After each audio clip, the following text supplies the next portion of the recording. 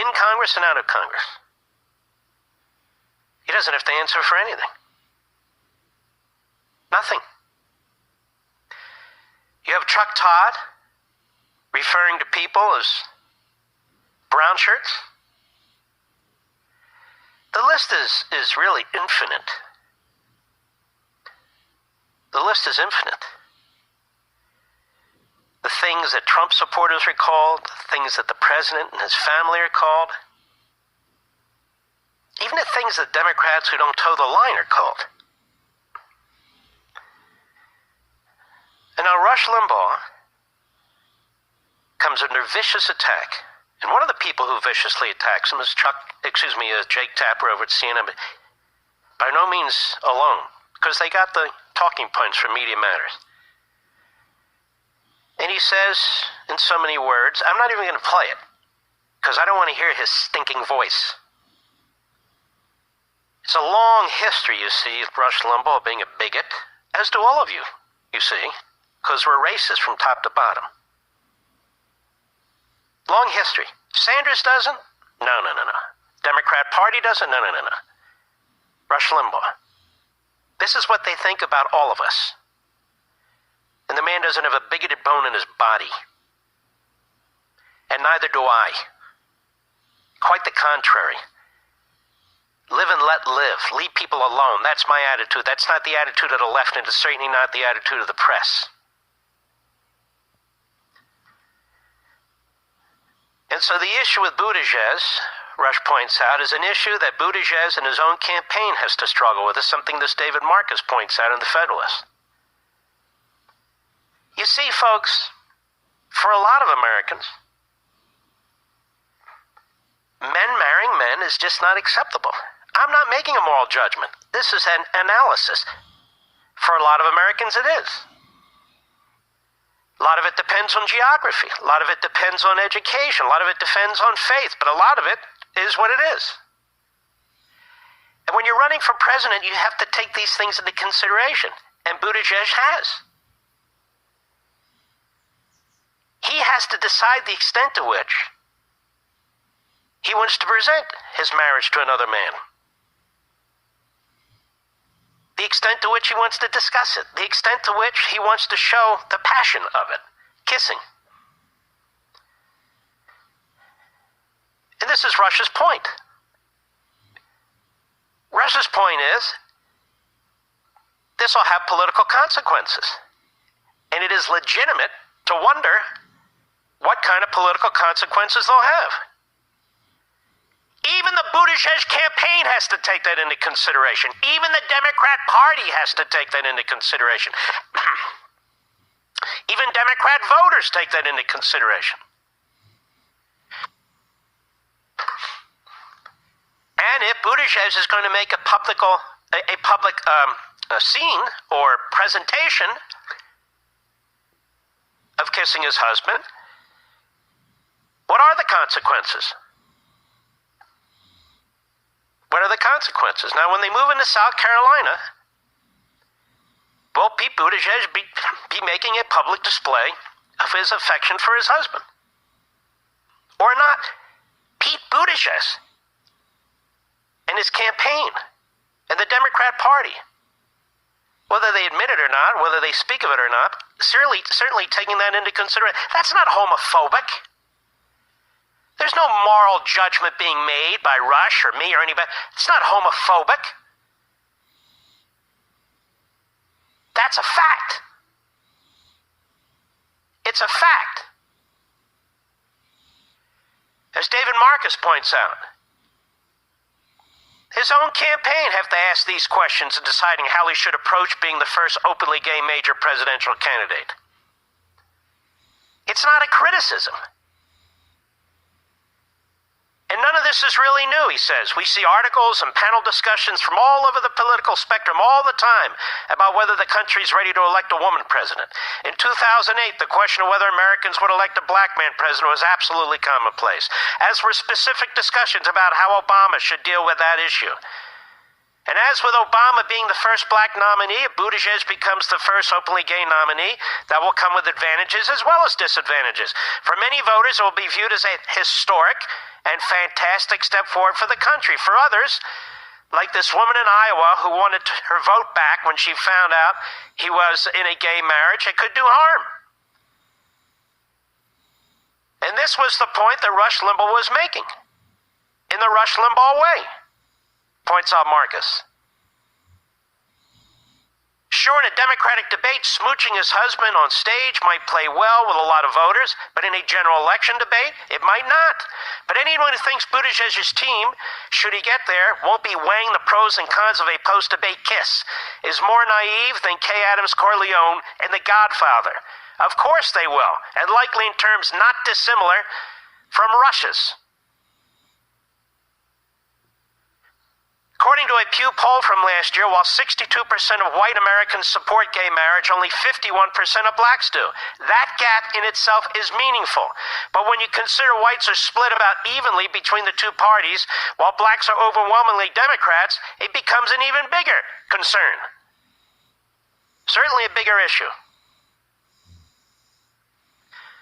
Will Mayor Pete's campaign make careful and calculated choices about when and where he appears with his husband? You bet your sweet fanny they will, he writes. Not to do so would be political malpractice, and that ultimately is what Rush Limbaugh was talking about. He wasn't saying there shouldn't be a gay president. He was questioning whether America is ready for it and speculating as to how the Democrats might deal with the issue. In the era of outrage porn, and this is what Media Matters does, and CNN is the cable equivalent of Media Matters. This is what Mediaite does, which was born by Dan Abrams of ABC News, a legal analyst there. And this is why he's all over there pushing, this PD show and all the rest of it. He's a hack. And so in the era of outrage porn, points out Marcus, where snippets are snipped to drag anyone who doesn't toe the line, be it progressive wokeism on the left or Trumpism on the right. We're all supposed to be very careful what we say. Limbaugh isn't. He never has been. Nothing he said was homophobic.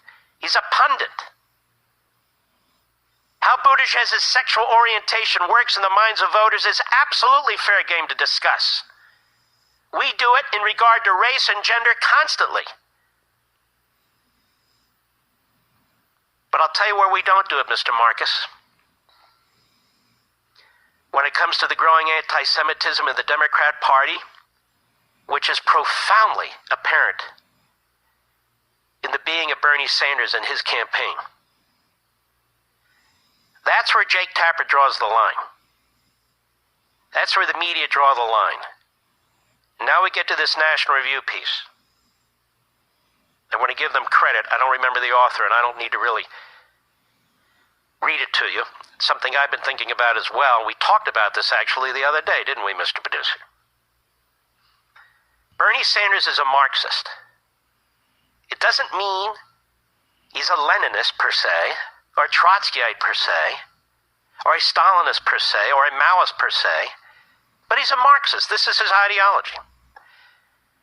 And so he has these really confounding, often conflicting models in his head, but they all involve the same pedigree. He's not a particularly bright man.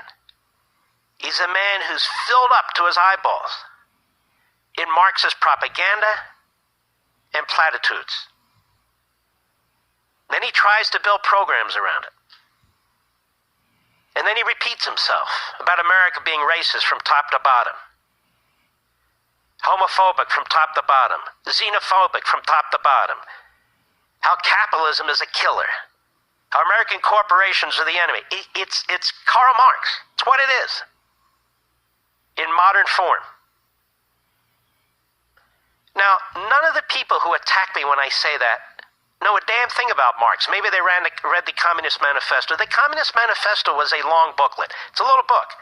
They haven't read Marx and Engels. They have no idea what they're talking about. They haven't read Hegel, who in my view was really the foundational thinker for Marx, who just took it to another level and applied it to material and economics. They haven't read Rousseau. They have no idea what they're talking about. I know what Bernie Sanders has read. He's a talking point old-time red from Brooklyn. And now, what's going to happen, as we mentioned the other day, it's pointed out in National Review, now they're going to reinvent Bernie. They don't even want to call him a democratic socialist anymore. They want to take that word socialist away. Because even though it's not a big majority, a majority of Americans cringe at the word socialism. 53%.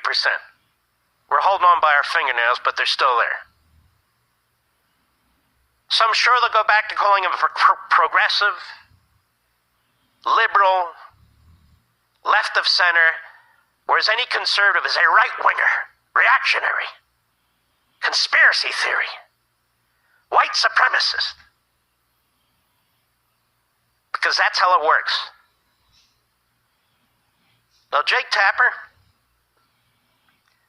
you should be ashamed of yourself.